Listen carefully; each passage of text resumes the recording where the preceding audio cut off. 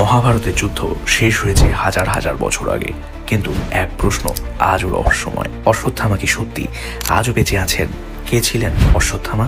অশ্বত্থামা ছিলেন দ্রোণাচার্যের পুত্র এবং একজন চিরঞ্জীব। মহাভারতে বলা হয়েছে তার কপালে ছিল এক বিশেষ মণি যা তাকে অসীম শক্তি দিত। কুরুক্ষেত্র যুদ্ধে তিনি প্রতিশোধ নিতে এক ভয়ঙ্কর ভুল করেন। শ্রীকৃষ্ণ তখন তাকে অভিশাপ দেন, তুমি হাজার হাজার বছর ধরে এই পৃথিবীতে একা ঘুরে বেড়াবে, তোমার ক্ষত থেকে অনবরত রক্ত ঝরবে, কিন্তু মৃত্যু তোমাকে ছুঁতেও পারবে না। এখন প্রশ্ন হলো, তিনি কি আজও জীবিত?